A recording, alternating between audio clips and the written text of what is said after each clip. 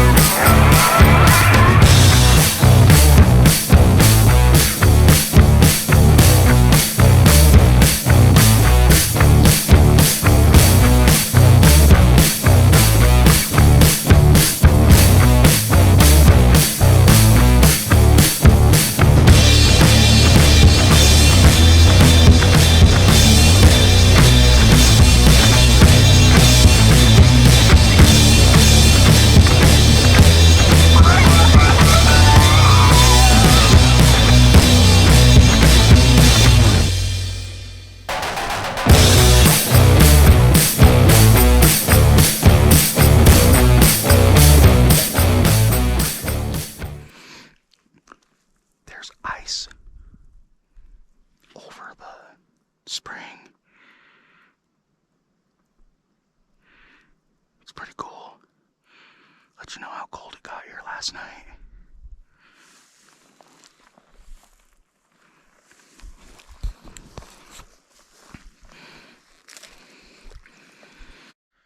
So I've decided to sit this wallow. Well, the wallow's pretty much dry. There's a little mud in it, but the spring coming out of the bottom of it, there's a spot that the elk, it looks like the elk are coming down and getting water out of it. They haven't been here yet today because it was iced over. I don't know if they will be here today. I don't know if it's warm enough, but I'm going to give it a shot. I've never sat on water for elk before, and I know a lot of guys that are successful doing it. So I'm going to give it a shot and see what happens. A lot of sign down here. Back up on the benches that I thought those elk were bedding on. They weren't there. It didn't look like they'd even been there. Hardly any sign. Everything that was in there was really old. And then even then, there wasn't a whole bunch of it. I don't know where those elk are bedding. Gotta try to figure it out. There's only a couple of other spots they could be bedding if they're hitting that knob every single night. But I'm gonna sit here for the afternoon. And then probably around 4 or 5 o'clock, I'm gonna hunt my way back up onto that bench. There's a bull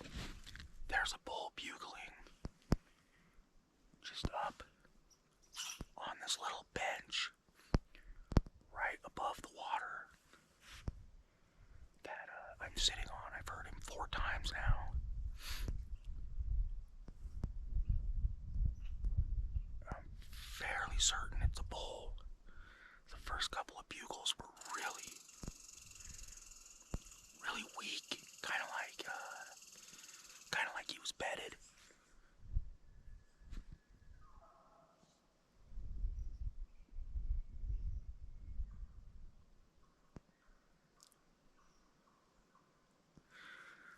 Sounds like there's two of them.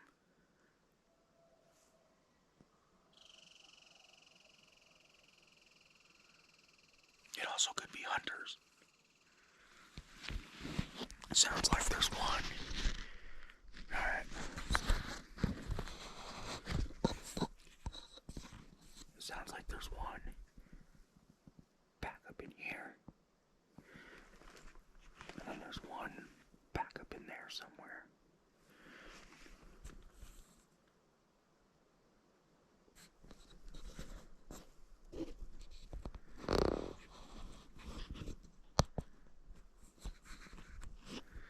The one, I don't know. The one bugle sounds like it could be a hunter. But the other one, the one that's more back up behind me,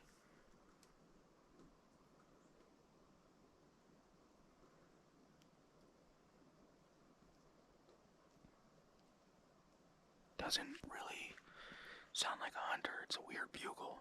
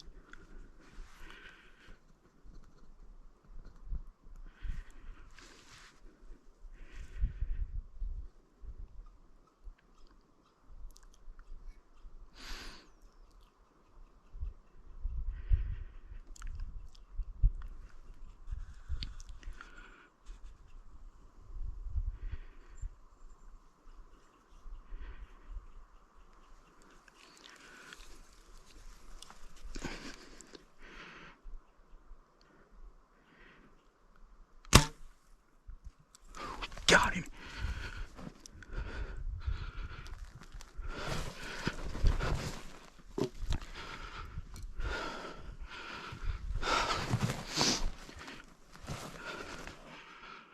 Oh my gosh.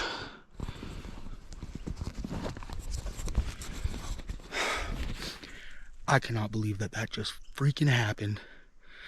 I totally thought that that was another hunter, and it turned out to be a bull. He's got one side broke off. He came in, drank some water. The shot was pretty far. It was 70 yards, and I'm pretty sure I made a fantastic shot. I never thought in a million years that I would take a 70-yard shot, but I practice out to 90 regularly, sometimes even 100. And it looked like, I mean, he kicked hard. I saw my arrow sink. I'm not sure. Oh my gosh. That was amazing. Oh. Whew. Gotta give myself a second to calm down. I'm a little excited, and I hope I got all of that on camera. Okay. I walked to where I shot. I found my arrow, and there's blood on it, and it's broke off. I'm not gonna go in there and push him too far, but I got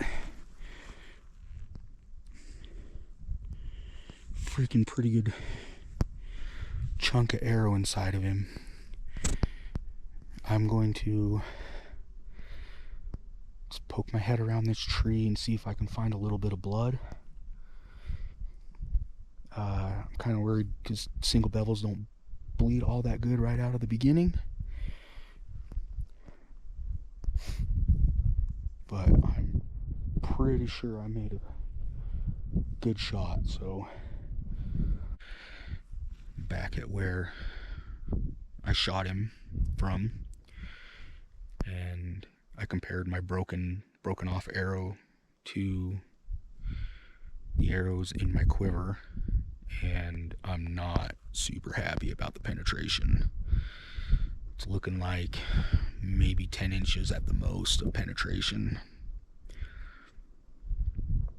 So that doesn't give me a big warm fuzzy. I did see him start, when he took off, stop towards like the bottom of the hill over here. He wasn't looking very good. He looked like he was sick. But then he made another kind of charge up the hill, and then I heard a huge crash. So fingers crossed that was him dying. But again, I'm worried about the penetration with my arrow.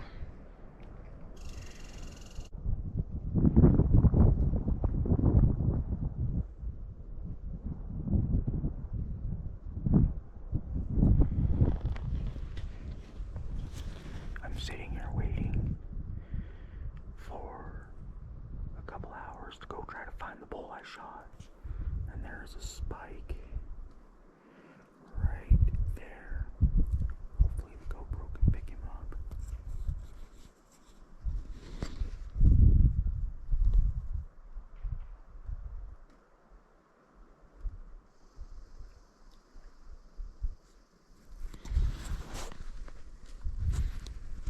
He just stepped back into the woods. Still got velvet. Real tall spike.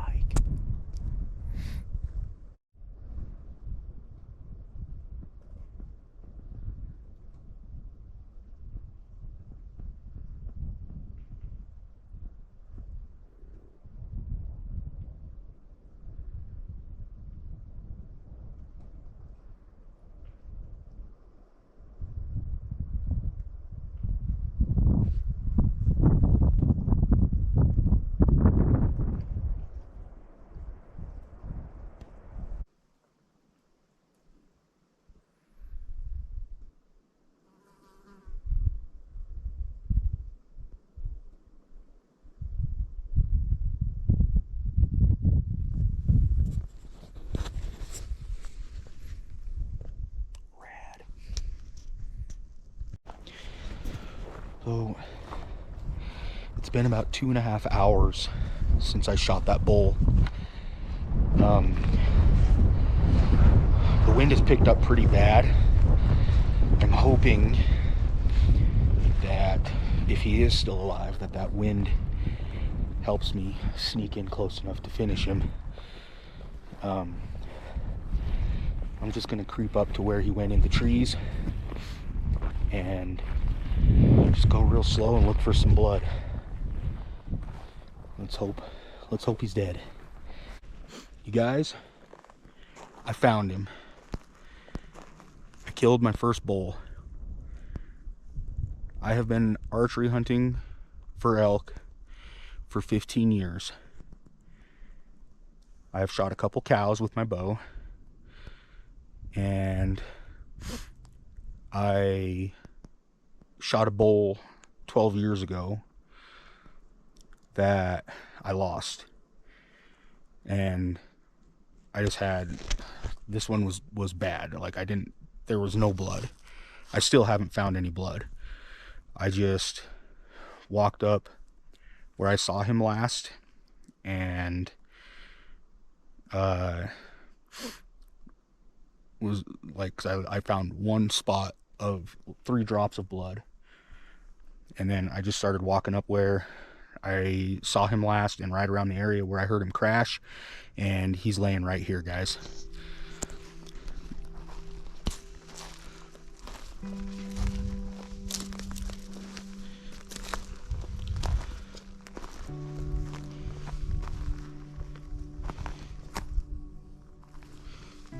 Look at the size of him. His main beam is broke off at the pedestal on the other side. I am blessed. Words cannot put into, I can't use any words to describe how I feel right now, you know. What an amazing animal.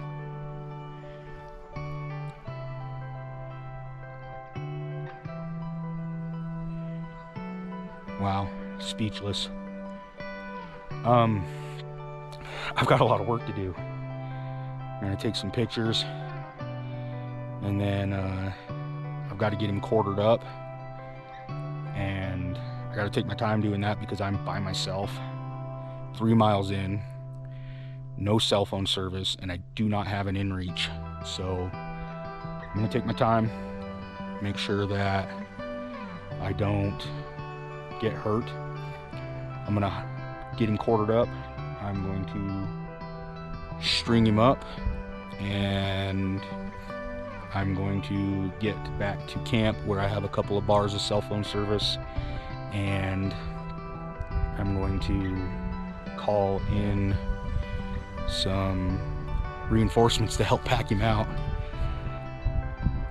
What a cool bull. So rad. Thank you so much. What's going on, guys? I am finally done quartering my bull. Now that I'm calmed down and not shaking and breathing hard, and I've got to leapfrog him down to get him away from the carcass. But I just wanted to talk about real quick about the shot and about him. Super happy that this was my first bull. I love him. I think he's great. He's got great character. He's going to taste amazing. He's got 5 points on one side, and then he's broke off on his left side. Not only is he broke off, but his pedestal or pedicle, I don't remember what that's called, but right at the base of his skull, it looks like he had a previous skull injury, and that pedicle is, or pedestal, I can't pronounce it. The antler is down further on the forehead and crooked. So it looks like he might have had a skull injury in the past. But most importantly, I want to talk about the shot. So that is the first time I've ever shot that far on any animal. I've never shot 70 yards on any animal. I practice further than that quite often. So I was comfortable with the shot. That being said, did I hit exactly where I wanted to? No. I hit about 3 inches forward from where my pin was. So the arrow entered on his left side and hit the bottom of his left scapula, right where it makes the joint with the next bone down. A little above that.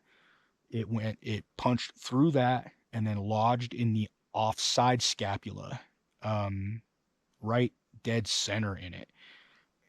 I found the broadhead lodged in the offside scapula. So that explains why I didn't get a whole bunch of penetration.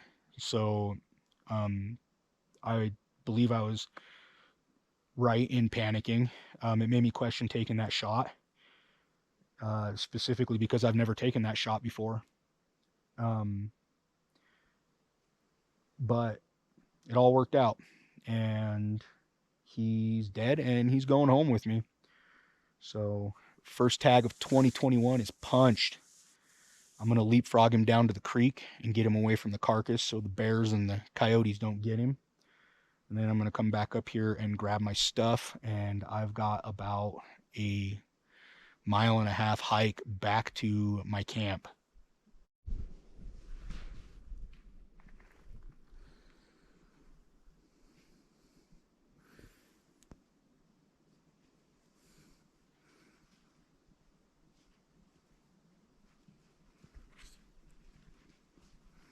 Okay, I keep trying to do my morning interview and I keep getting interrupted by elk. So I just had 4 cows, a spike, and a really big 5x5 walk 40 yards from my camp. And I hope I got it on video, but my battery died in my GoPro.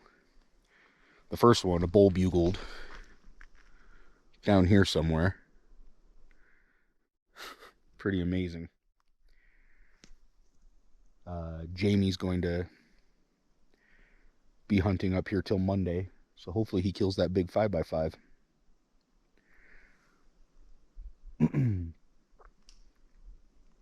All right, so we'll do our morning interview now. It's the next day. Shot that bull yesterday. Got him all quartered out. He is moved out to the meadow away from the carcass. Hopefully the animals left him alone because I forgot rope and couldn't string him up. Last night was a long night. I had to about 1.5 mile hike back into camp with about a 500-foot elevation climb. And then from camp, I had to hike another 1.5 miles to get a bar of cell phone service so that I could call Jamie and a couple of buddies to come help me pack him out. Those guys are supposed to meet me down at the Elk. They said they would be at the gate to the trailhead about 8. It's about 8:30 now.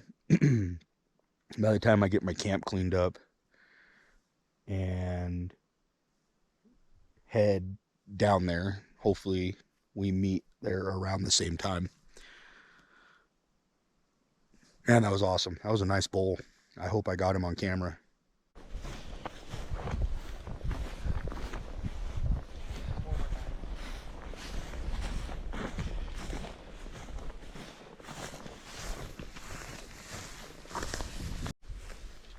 So we made it back to my quarters, and animals left it alone, so pretty grateful for that. And James and Austin and Connor came up to help pack it out, so hopefully we can nail this in one trip, because I really don't want to walk back up in here again. Pack it out? I thought we came to just congratulate them. Yeah. They drove all this way to shake hands.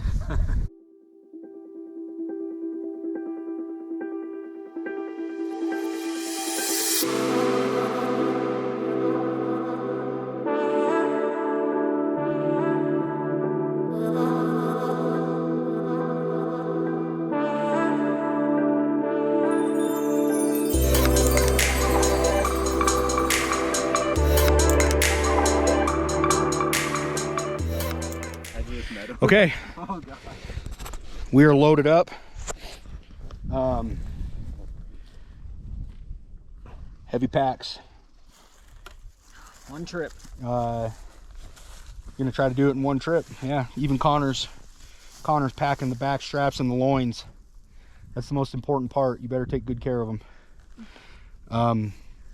Not gonna be fun. We got about 3 miles to go, and it's all downhill, so that's good.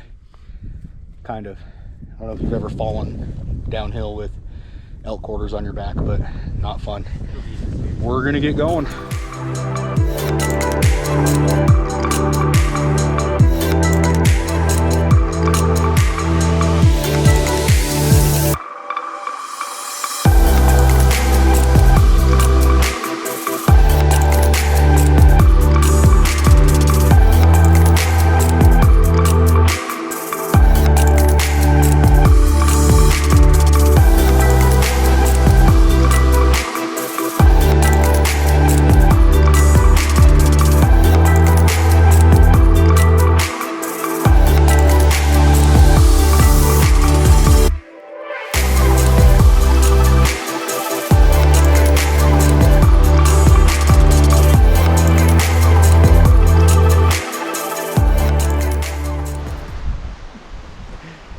Okay, so we made it back. A little under 5 mile pack. We're all loaded up and we're gonna get out of here. It's pretty good, nice. I like having family and friends that I can call and help pack an elk off the mountain, because that was not easy. So a big thank you to Austin and my cousin Jamie and his son Connor.